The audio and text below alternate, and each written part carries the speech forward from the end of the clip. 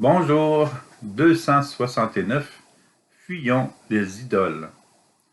Paul nous dit, mes bien-aimés, fuyez le culte des idoles.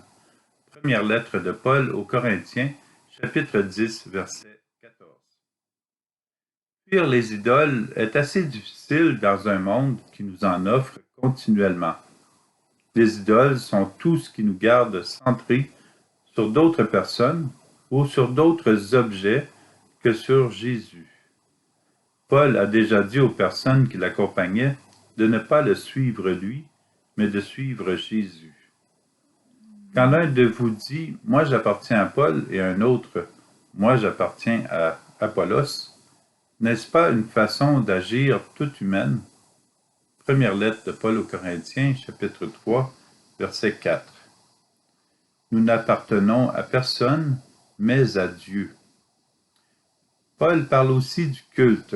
Le culte est ce qu'un groupe va vivre ensemble, dans un but commun, pour vénérer ou adorer une personne ou un objet.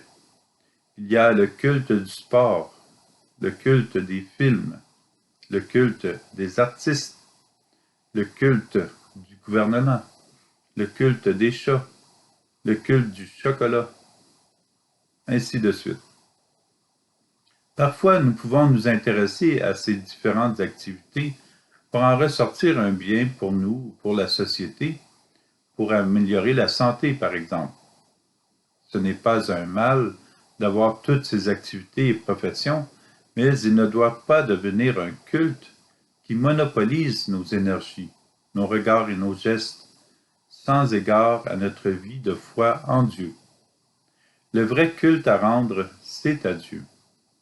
Puis Paul, à la suite de cette phrase, ajoute « Jugez vous-même de ce que je dis ».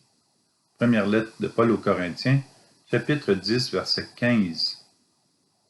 Paul veut que les personnes autour de lui prennent leurs responsabilités et qu'elles vérifient si elles suivent des idoles ou si elles se tournent constamment vers Dieu.